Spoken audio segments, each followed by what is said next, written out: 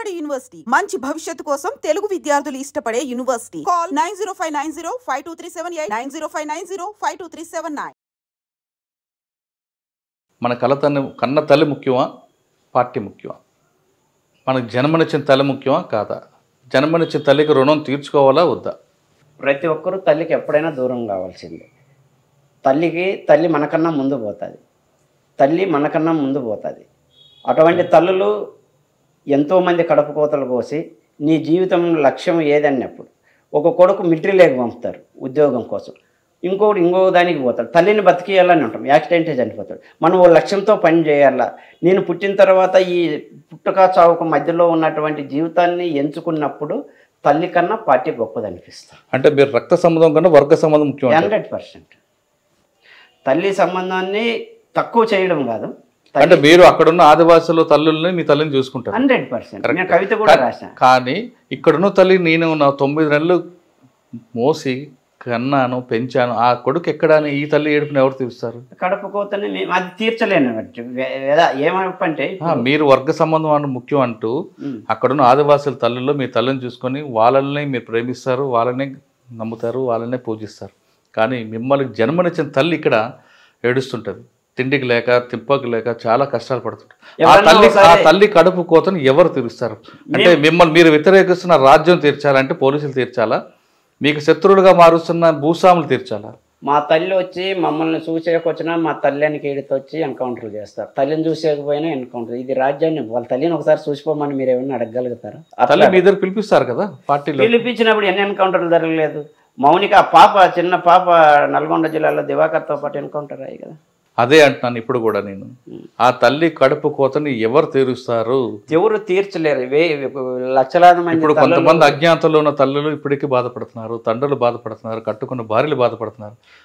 సరే, కట్టుకున్న భార్య అంటే మధ్యలో వచ్చింది, కన్న తల్లి అంటే ఆ కన్న తల్లికి ఏమైనా జరిగితే తలకరు ఎవరు పెట్టాలి?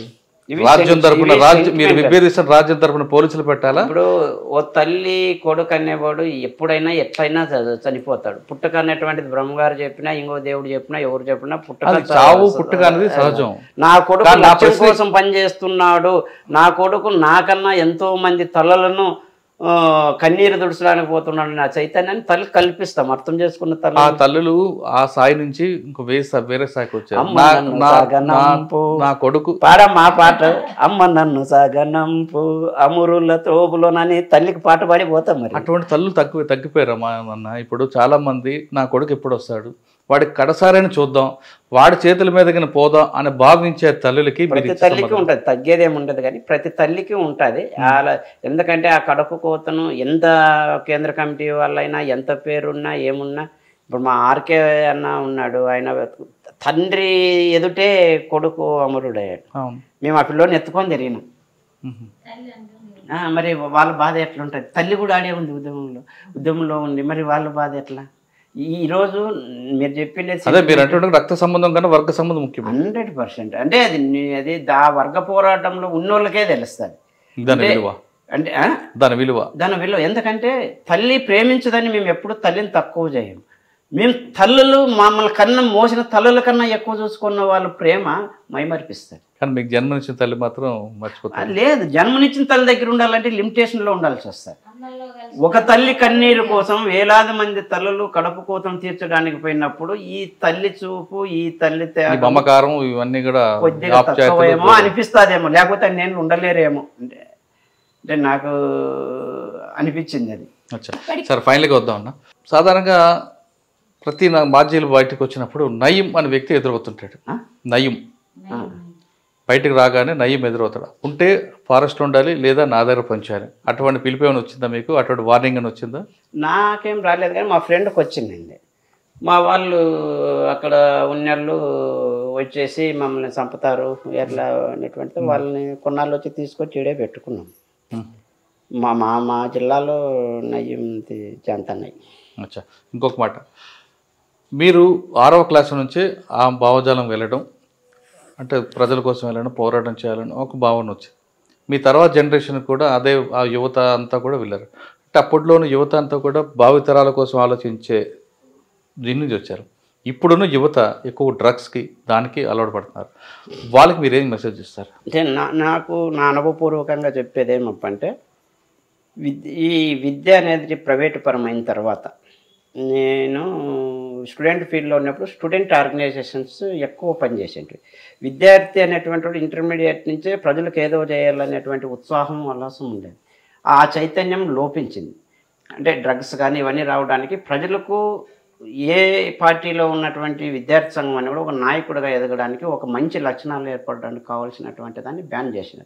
ఉదాహరణకు రాడికల్ విద్యార్థి సంఘం, గవర్నమెంట్ రాజ్యం అనేది, అంటే రాడికల్ విద్యార్థి సంఘాన్ని బ్యాన్ చేసి లీడర్లు లేకోకుండా, అంటే మేలైన విత్తనాలు అంటామే అవి యూనివర్సిటీల నుంచి వచ్చేటువంటి క్యాడర్ని రానికోకుండా చేసినారు. అట్లా ఆ విధంగా విప్లవాలకు నాయకులను తయారు చేసేటువంటి ఫ్యాక్టరీలు మూతేసినారు. అదేవిధంగా ఈ ప్రైవేటైజేషన్ వచ్చిన తర్వాత, ప్రైవేట్ స్కూల్లో వచ్చిన తర్వాత, ప్రైవేటు స్కూల్లో కావాల్సినటువంటి ఏ అవినీతి జరిగిన ప్రశ్న ఇది లేకోకుండా పోవడము, ఒక దేశం పట్ల కానీ మనుషుల పట్ల కానీ ఆలోచించేటువంటి ధోరణి కాదనేసి తన వ్యక్తిగత వ్యసనాలు ఇవన్నీ రావడం అనేది చాలా దుర్మార్గం. అంటే విద్యను ప్రైవేటీకరణ చేయడం వల్ల వచ్చిన అనర్థం ఏంటంటే, విద్యని ప్రైవేటీకరణ చేయడం వల్ల వచ్చిన అనర్థం. చాలా మంది చిన్న చిన్న విషయాలకు ఆత్మహత్య చేసుకుంటారా, ముఖ్యంగా మహిళలు, వాళ్ళకి మీరు ఇచ్చే మెసేజ్ ఏంటి? మన జీవితం కంటే ఆ చిన్నది సమస్య గొప్పది కాదు, మన జీవితాన్ని చూసుకోవాలి. ప్రతిదీ చాలా ఆటుపోట్లు వస్తుంటాయి, ధైర్యంగా ఎదుర్కొంటూ పోవాలి. కానీ ఈ సమస్య వచ్చిందే ఇంకా నాకు ఇంకా లైఫ్ లేదని అనుకోకూడదు, అది దాటుకుంటూ పోవాలి. ముళ్ళు కుచ్చుకుంటుంది, ఆ ముళ్ళని తీసేయాలి అంతే. అది మనసుకైనా కావచ్చు, శరీరానికైనా కావచ్చు, ఏదైనా కావచ్చు. ముళ్ళు కుచ్చుకుంది కానీ కాలం తీయలేము, తప్పు, అది తీయకూడదు. దాన్ని వీలైనంత వైద్యం చేసుకోవాలి, ముందుకు పోవాలి. ఇప్పుడున్న యువత చెడు మార్గం పట్టడానికి ప్రధాన కారణం విద్యని ప్రైవేటీకరణ చేయడం అంటున్నారు రాజారాం గారు. ఒకప్పుడు దేశభక్తి, గురువుల పట్ల భక్తి, తల్లిదండ్రుల పట్ల భక్తి ఉండేది. ఇప్పుడు ఈ మూడు లేవు. ఇప్పుడు కేవలం విలాసాల వైపు ఎక్కువగా కనిపిస్తున్నారు. దానికి ప్రధాన కారణం ఎక్కువగా పాశ్చాత్య పోకడలు, ఈ విద్య ప్రైవేటీకరణ చేయడంలోనే జరుగుతుందంటూ రాజారాం గారు చెప్తున్నారు. ఇక మహిళలు చిన్న చిన్న విషయాలకే ఆత్మహత్య చేసుకోవడం కరెక్ట్ కాదంటున్నారు పద్మక్క. ఆమె చెప్తున్నట్లుగా ముళ్ళు కాళ్ళు గుచ్చుకున్నా, మనసుకు గుచ్చుకున్నా ఒకటి, కానీ శరీరానికి ఇబ్బంది లేకూడదు, ఆ ముళ్ళు మాత్రమే తీయాలి. చిన్న చిన్న విషయాలు సమస్యలు వస్తేనే జీవితం కాబట్టి ఖచ్చితంగా చిన్న చిన్న విషయాలకి మీరు క్షణికావేశంలో ఆత్మహత్య చేసుకుంటే మీ మీద ఆధారపడే కుటుంబాలు అన్యాయం అవుతాయంటూ గుర్తు చేస్తున్నారు. ఇది రాజారాం గారితో, అదేవిధంగా పద్మ గారితో ఎక్స్క్లూజివ్ ఇంటర్వ్యూ. వచ్చే వారం మరో జంటతో మళ్ళీ కలుద్దాం. నమస్తే.